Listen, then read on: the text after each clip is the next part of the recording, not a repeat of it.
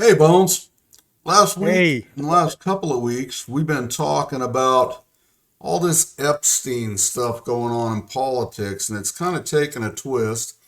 We've touched on with this Ghislaine Maxwell and the things going on with her now. Uh,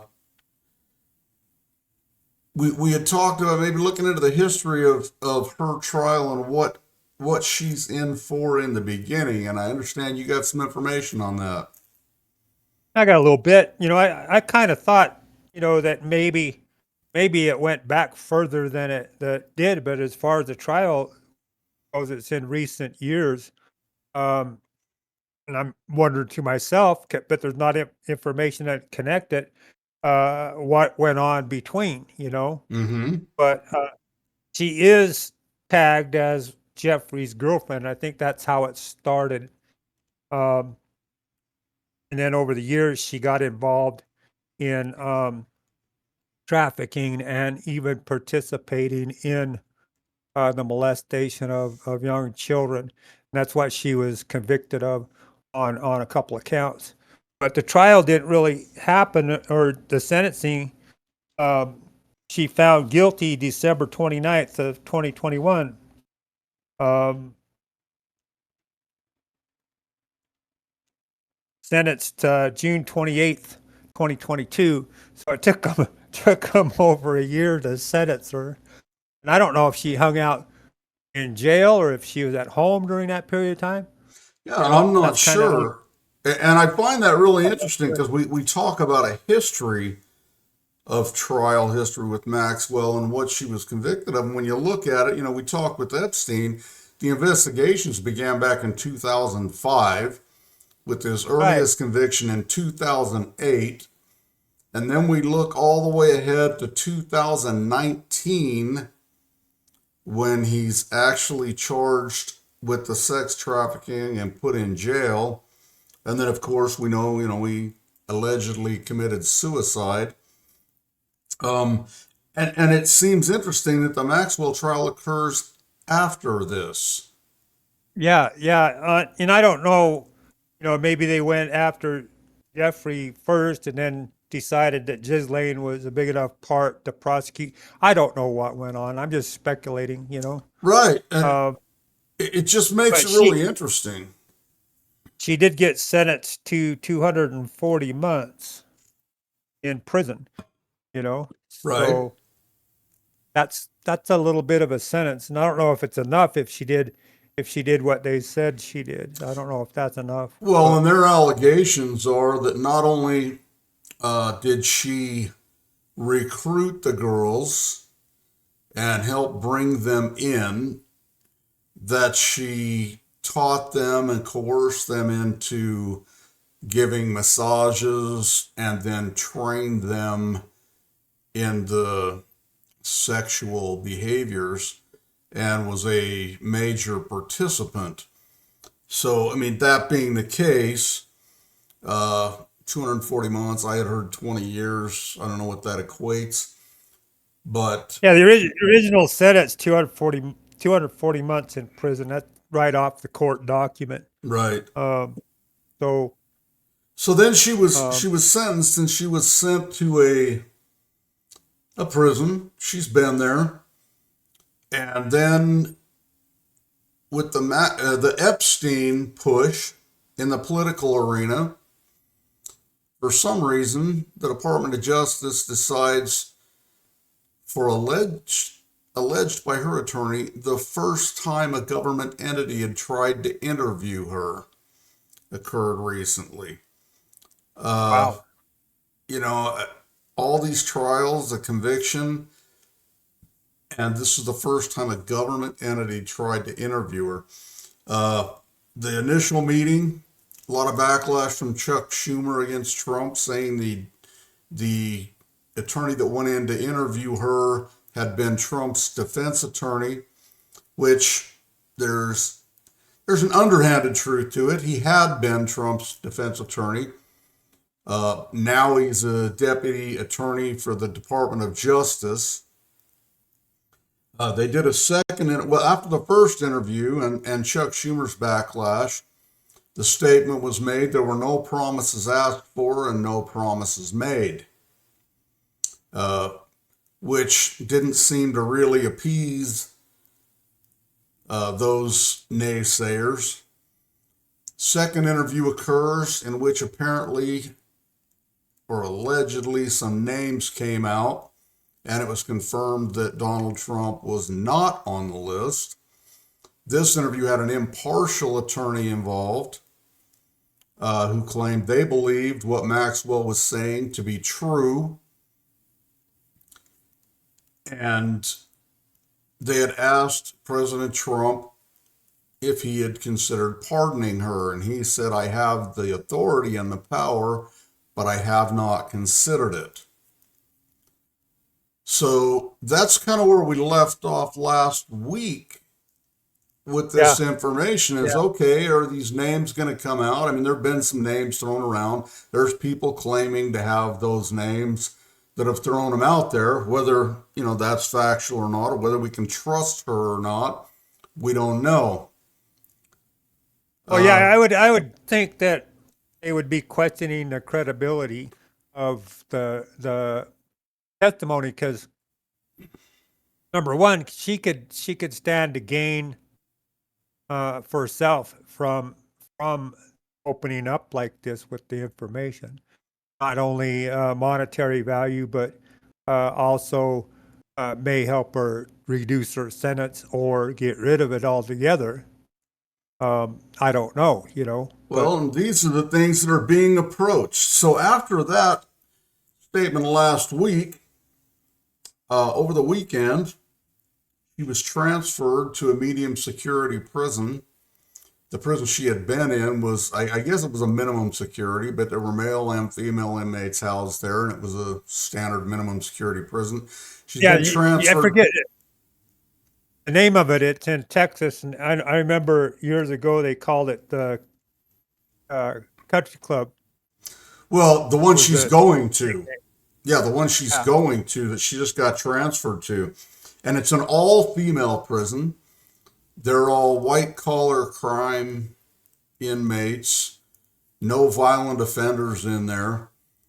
And she was transferred there. Shortly after the transfer, now the information is coming out that they're looking to possibly make a deal if she testifies in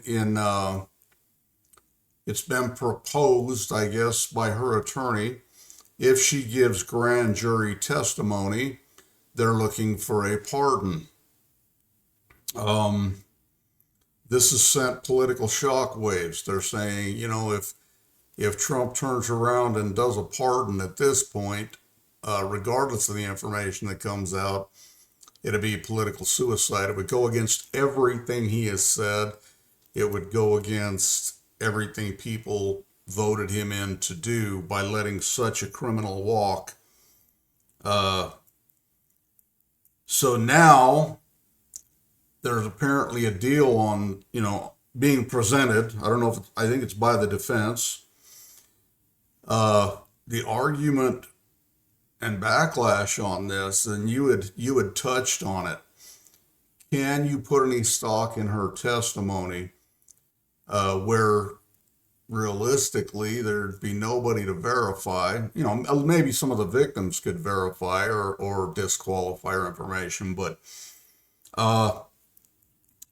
the benefit to her if she's looking to get pardoned, reduced sentence, whatever it is she's looking for, can we trust this testimony? Well, in the initial trials, one of the major contentions and focuses of one of the trials from the prosecution is we can't trust anything she says. So they already had trust issues. So it looks like this political push of let's get the information out about this Epstein list is now turning around and possibly being a political backfire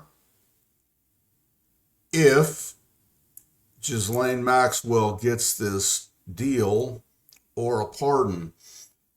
The second thing that's come out on this is she's asked for the deal, but now has also filed an appeal on her conviction.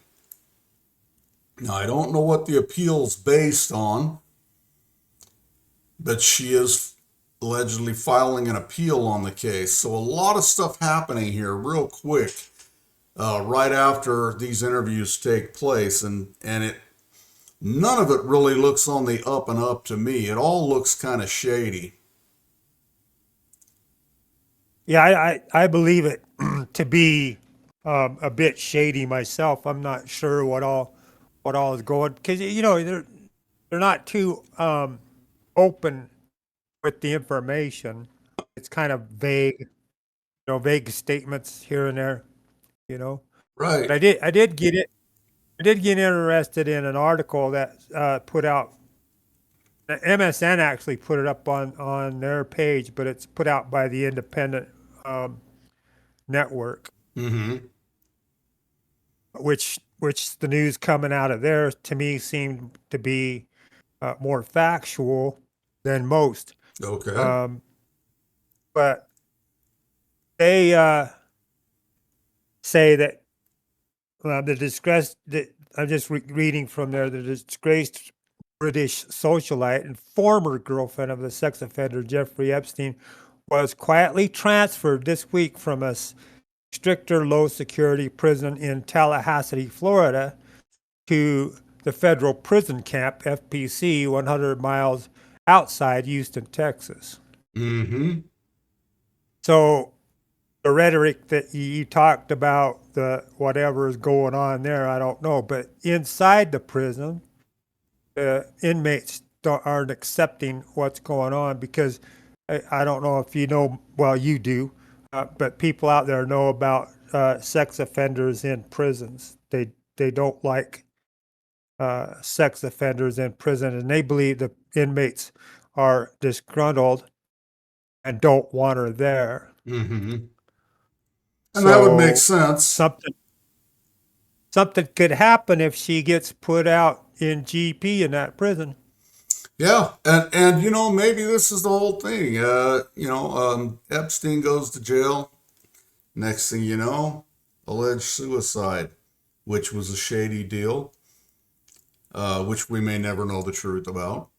And now you get Maxwell transferred to another prison where she goes out and, I mean, that prison again. We mentioned this is a blue collar federal prison. This is white collar crimes, not blue collar, white collar crimes. These people are not violent offenders. However, in any lockup and in society in general, child sex offenders, man, that's about as low on the list as you can get. They're not well liked anywhere. Right? It costs more money to convict and hold a child sex offender than any other prisoner out there, including, mass murderers. Mm-hmm. So that the federal government and the state government has to spend more money on security for that prisoner, until they get tired of it, I guess. Well, right. They're in protective custody. They have more guards. They've got maybe more restriction, but also more freedoms. It's more special treatment. Uh, and I don't understand it. Something definitely is going on behind the scenes with this sudden transfer to this other facility, uh, and now talks of deals, pardons, appeals. Uh, this thing has really taken a twist on us from a simple, gee, we want to get to the bottom of the Epstein files. Let's go do an interview. To this gal using it for leverage to try to get out of her charges is what it seems to be. She wants some Yeah, kind of a deal for her information. I wonder sometimes if they're looking for uh, viewer statistics, high level viewer statistics on the whole thing. Some kind of promotion to get people to watch what's going on. But I don't know. I don't know. Well, there's enough there to spark interest and to make people, including myself, question what is going on here. Uh, Right. I mean, quite honestly, if if she is able to leverage, what information could she possibly have at this point that would be worth turning a child predator, sex offender free into society? There is not an ounce of Yeah. information there that could be worth that. No, I don't know that that will happen.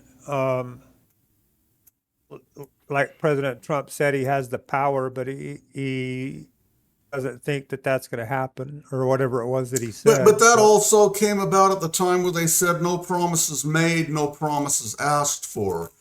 And now right. suddenly there are being trade-offs asked for. Now I don't know if they're going to be made, but we know one of them has been made. She was transferred from a prison to a federal country club facility. We know Yeah. something has happened there. Uh, Yeah. And the inmates are upset, according to the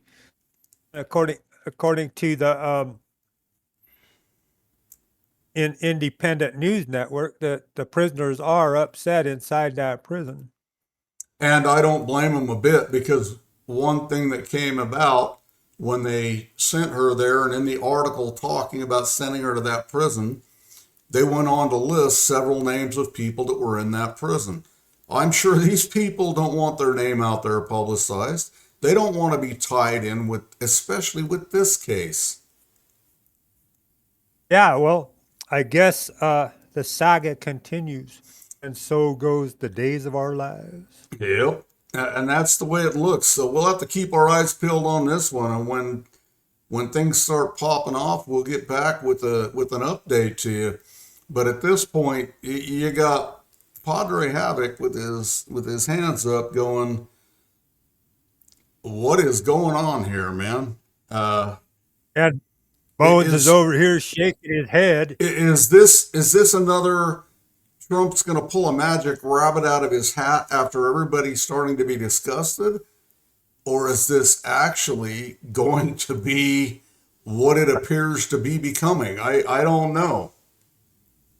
I don't know either. I guess it remains to be seen where it goes from here. Well, from Padre Havoc and Bones, very confused, waiting for things to start popping off. Indeed. I just stay positive out there.